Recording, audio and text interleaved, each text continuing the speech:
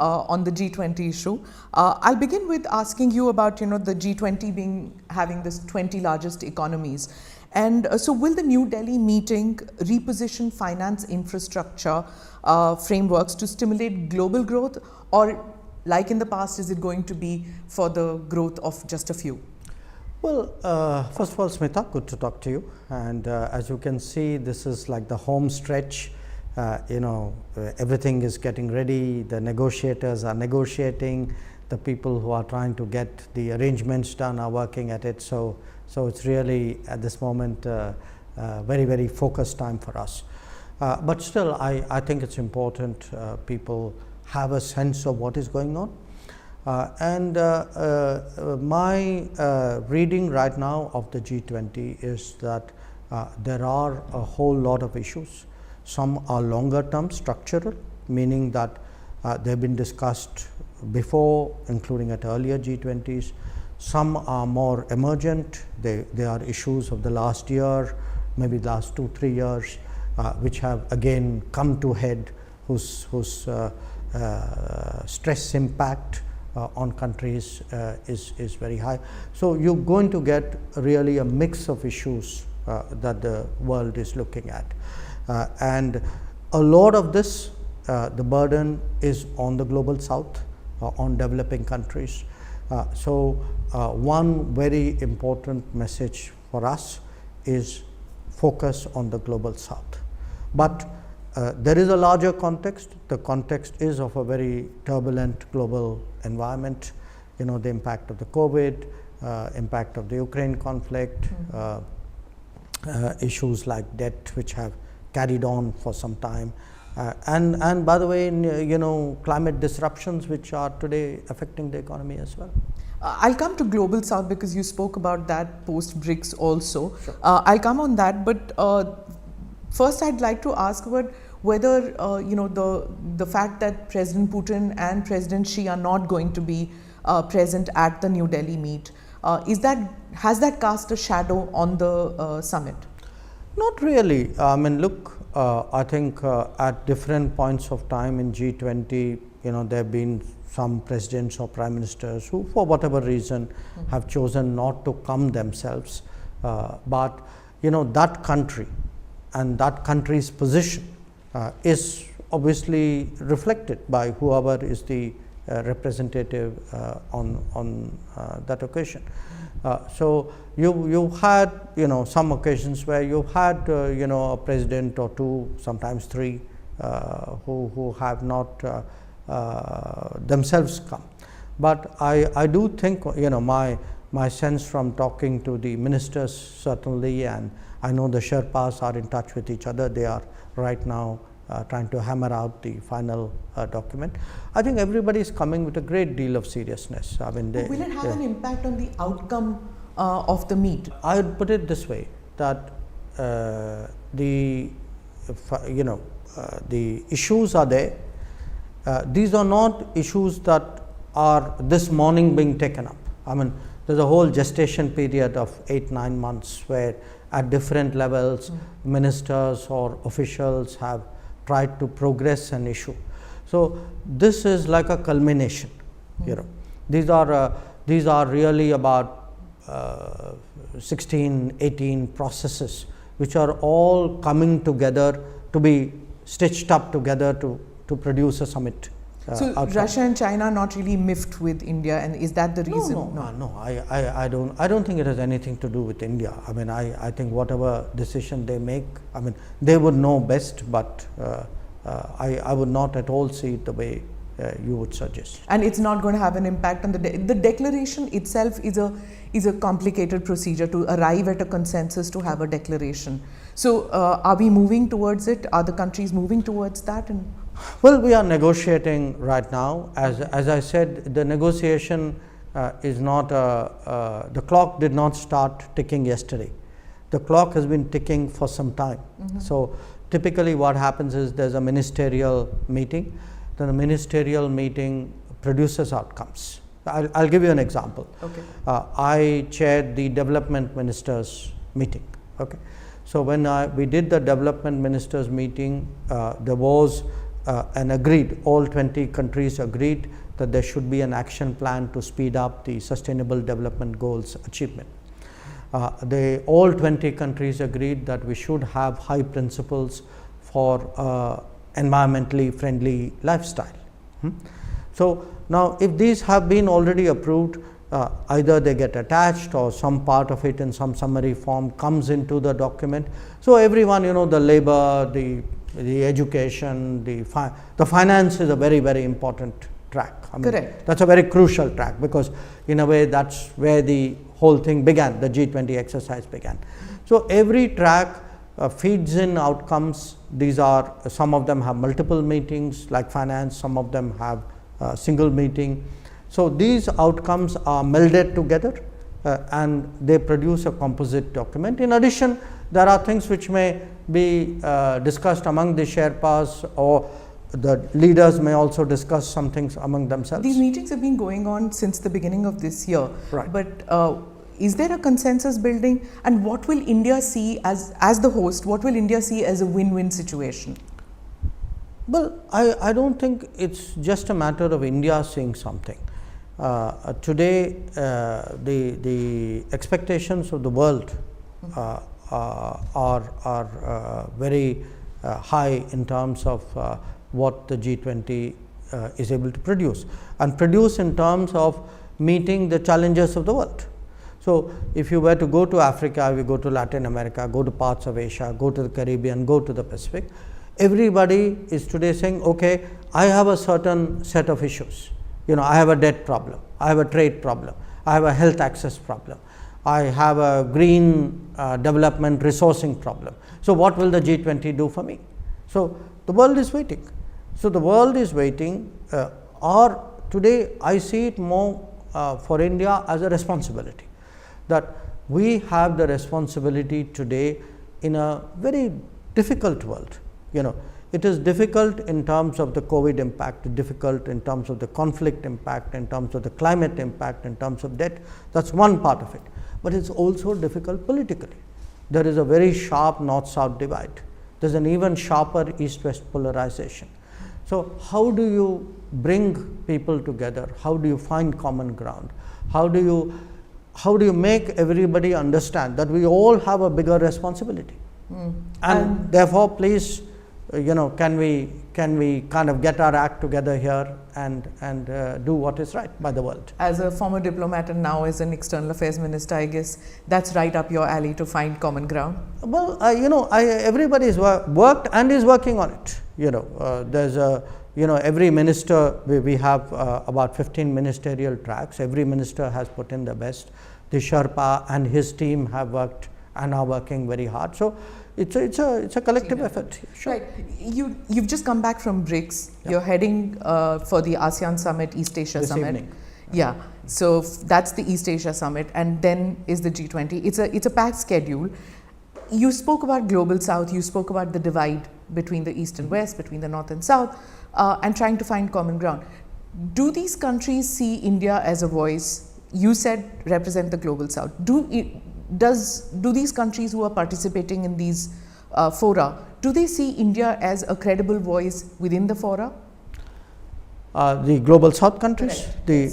Yes. I would certainly hope so, for this reason.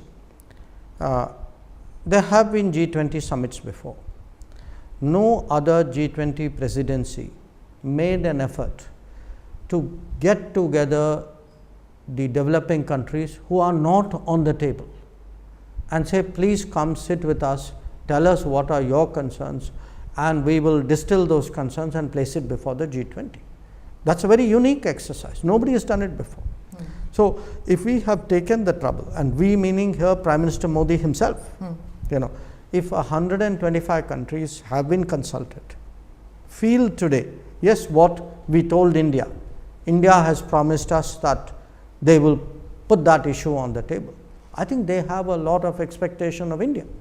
And as far as the rest of the G20 is concerned, they know that, look, we have always in G20, outside the G20, India has a reputation of being a very constructive player, someone who bridges divides, who kind of somewhere helps to fix problems. So there's a lot of goodwill that we have, and again I stress to you, I am confident that every one of the G20 coming to Delhi will understand the responsibility that they bear, will understand today that the other 180 countries of the world are looking to them to set directions, and that they cannot afford to fail them.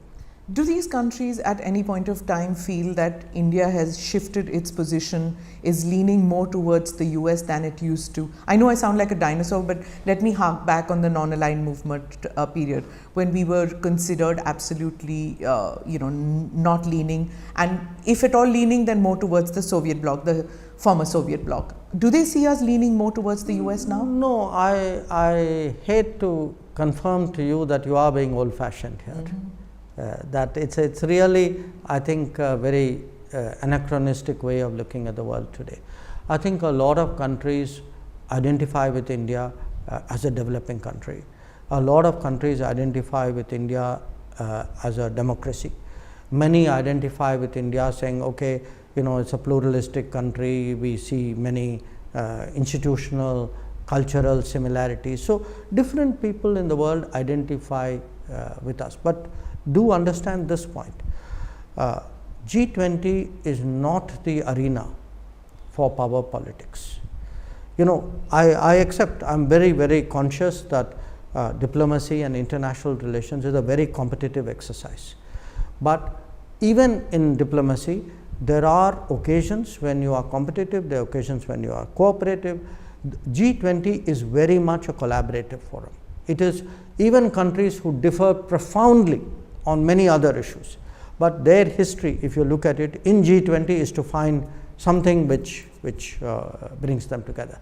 So we are trying to develop an agenda that if you look at resources for green development, for example, if you look at dealing with sustainable growth, if you are looking at plastics, if you are looking at biofuels, if you are looking at educational access, at nutrition, these should not be, and I don't think these are political issues. So what India's strategic calculations and adjustments may be, I think, is a different subject. But I've covered G20s earlier, and whenever there's a summit meeting, the presence of the American president kind of overshadows the other heads of state, and it can be something very small like the cavalcade going, and then everybody is made to wait for the US president to go forward. So do you think that the fact that President Biden is going to be here for 3 days in India, is that going to impact on the other countries feeling that India as a host country is again paying too much attention? No, I just think you're going on a wrong track here. I think you will see that everybody will come in smoothly, nobody will have to wait for anybody else. For us the G20 is a collective exercise. We will deal with it in that collective side. It's not just the bandobast I'm talking about. We are India. We are India. We know how to handle the world. Right. And believe me, especially in the last 10 years, we have shown how we can handle the world. I will also ask you whether, we were talking about the declaration, and the Russian foreign minister was pretty belligerent, saying that they wanted their view on the Ukraine crisis to be included in the declaration. Don't you see that muscle flexing has begun even before the summit? That may be the way you would characterize it. I mean, for me, anybody would try to put across their national position, try to maximize their negotiating position, if you would. I think you should wait and see what actually happens in the negotiation, not prejudge it purely in terms of what may be said on one occasion and what may be the media interpretation of what was said on one occasion. President Biden's visit, on the bilateral level, what is going to be on the table, if you could tell us? Because there's talk about nuclear reactors, visa issues coming up. What could be on the agenda? Well, we've had a very strong state visit by the Prime Minister to the United States, strong in terms of the outcomes and the results of that visit. My understanding is right now both systems, the Indian system and the American system, is busy working that through and trying to implement a lot of what was agreed to in June this year. I think this would give an occasion for the leaders to take stock. Post-COVID and post-Ukraine conflict, foreign policy analysts feel that there's this arc of cooperation and arc of alliance between Russia and China, and that influences most forums, whether it was at the BRICS, you heard about de-dollarization and stuff like that coming out. And do you think that that will cast a shadow on all these international meets? No, I think often arguments can be overstated, sometimes deliberately so, for a purpose. Okay. Since you refer to BRICS, let me give you the example of BRICS. We had the 5 BRICS members, a perfectly congenial, obviously a very detailed exchange about what, how to take BRICS forward, of which membership expansion was one. Even when you speak about currency, frankly, a lot of the focus was really about how to use our national currencies, which many of us want to do and are capable of doing today. We may not have been in that situation, a decade ago. I would say, do not see the world very starkly in terms of black and white and this camp and that camp. I'm not saying that countries don't have their partialities and their relationships. They do. But I think the world is a much more nuanced place. It's much more multipolar. There are many more variables. A large part, even say again in BRICS, would have been, what are the views of South Africa? What does Brazil think? How, where is India going? And then you find some kind of landing point. I mean, if you look even at last year's BRICS, I mean, there were a whole lot of countries. You can broadly call them countries in the middle, and Indonesia and India, Turkey, South Africa, Brazil, Saudi Arabia, who all had their views and did what they could really to arrive at a consensus. And I think to what do you attribute this this change? Where you saying that there is multipolarity and they're finding a voice to speak in spite, and it's not stark like what you're saying. Because I think over the last many years, especially maybe over the last decade, perhaps a little bit more, the relative economic weight of countries have changed. The relative political confidence of countries have changed. The relationships, especially of the major powers and the middle powers, has changed. So if you looked at it earlier on, it was like very tight groupings and, let us say, particularly in the Western world, a very strong alliance structure. Today, I think the world architecture has opened out very much more. So you have many more independent countries. They could be independent at a global level or a regional level or even in the neighborhood level. I think the world is changing, and the G20 itself is actually the best statement of it. That there was a time, after all, we left everything to the G7. Today, the fact that you have G20, I mean, G20 is today seen as the premier global forum. After all, just think in the last year, compare the G20 meeting to anything else, which has happened, a NATO meeting, I don't know, a SCO meeting, a BRICS meeting, a Quad meeting, a UN meeting. Nothing has evoked the kind of attention and focus that a G20 meeting has, because the world recognizes today that this gathering has a very exceptional importance. Is that the reason, or is it because you made it into such a big thing? I mean, everybody is talking about it. Even the Indian opposition says that it was earlier, the summit meetings used to be done in a very quiet manner, very classy manner in Vigyan Bhavan, in Lutyens, Delhi, and now the BJP has made this into this big thing, not sticking to one city, going to several cities. whose plan was this, and was it, did you take other G20 nations in the? See, if somebody felt that they were most comfortable in Lutyens Delhi or completely comfortable in Vigyan Bhavan, that's their prerogative. That was their world. So yes, you have had summit meetings where the impact of the country probably went 2 kilometers on a good day out of Vigyan Bhavan. This is a different government, it's a different era, it's a different thought process. A Prime Minister felt, and all of us have worked in that direction, that the G20 is something which should be treated as a national endeavor, that different parts of India must have a sense of participation, and that this is something which has been truly, I would say, non-partisan. If you look actually at the G20 events, a lot of it were held in states which are not ruled by BJP governments. They are ruled by governments in the opposition. And you can see the result. I mean, to me, one of the big pluses of the G20 is really how much more interested the people of India, especially the young people of India, have got in foreign policy, and they need it, because look, this is a globalized era.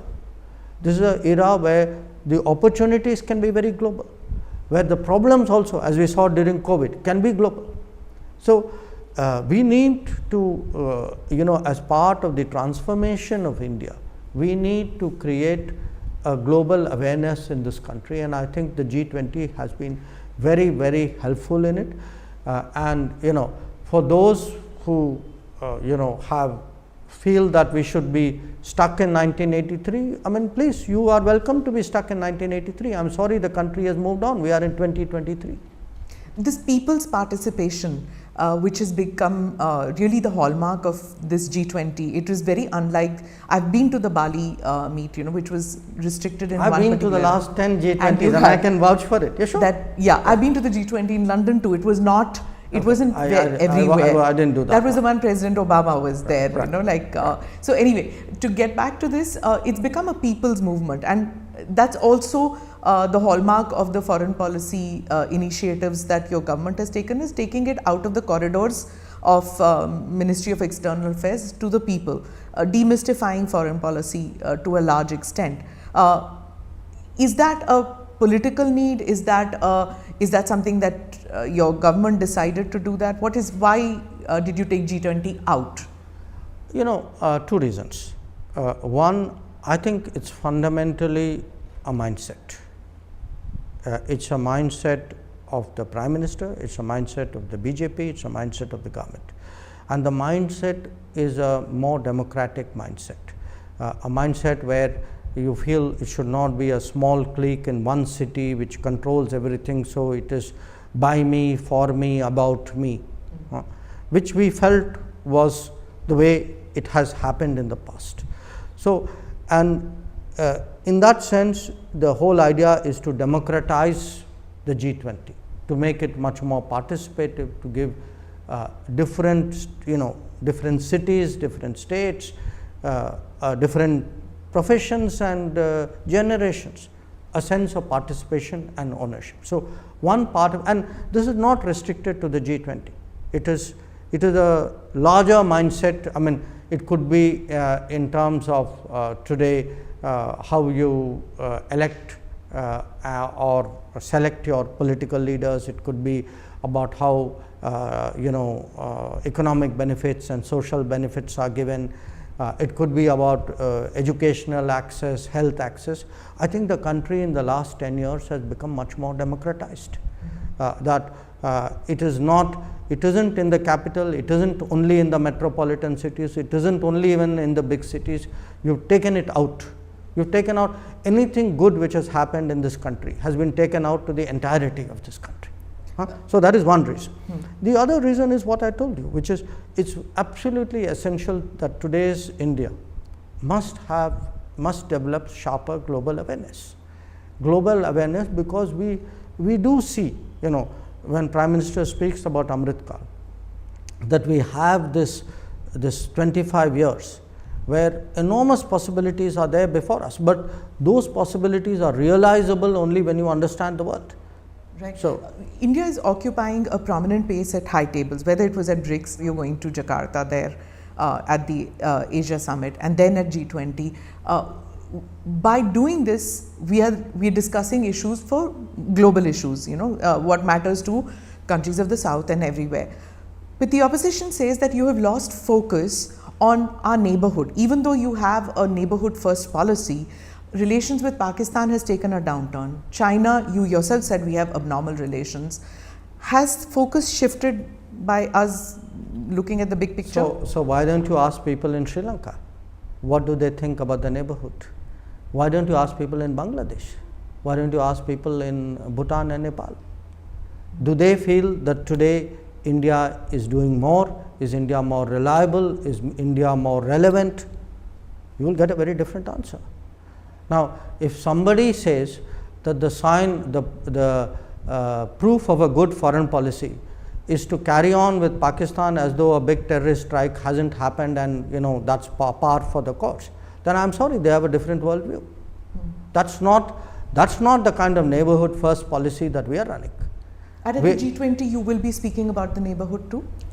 No, the G20 is about global. Look, do understand, the G20 is not an international peace and security forum. Economic. The G20 is about global growth and development. So we will be taking a global economic sort of perspective. So now the latest issue about G20 is the invitation card which says Bharat and not India. Now that is the latest thing, that is G20 going to reposition India as Bharat and not India as India? No, India, that is Bharat. It is there in the constitution. Please, I would invite everybody to read it. So it's not something which is new, it is something which existed in the constitution, and so you didn't do, it's not a new roll of dice. No, I think when you say Bharat, in a sense a meaning and a understanding and a connotation that comes with it, and that is reflected in our constitution as well.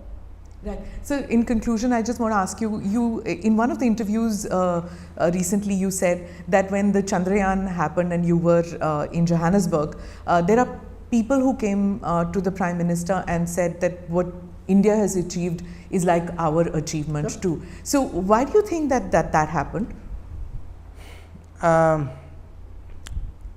would say it happened partly because we are able to evoke a very strong sense of global solidarity. That the feeling is in many ways that people empathize with us. They feel okay, if we are doing well, somewhere it gives them satisfaction. They feel a connect with us. Why do they feel that connect with us? Maybe it's also our record. It was multiple leaders, because in fact I remember saying in public that Prime Minister actually had to walk the entire room because everybody stood up and wanted to shake hands with him and to congratulate him. But part of it is also, if you look at the last 10 years, people see that it could be COVID, it could be as in the case of Sri Lanka, their economic distress. It could be what happened when natural disasters. That sense today that here is a country with a large heart, which is willing to put its capabilities forward.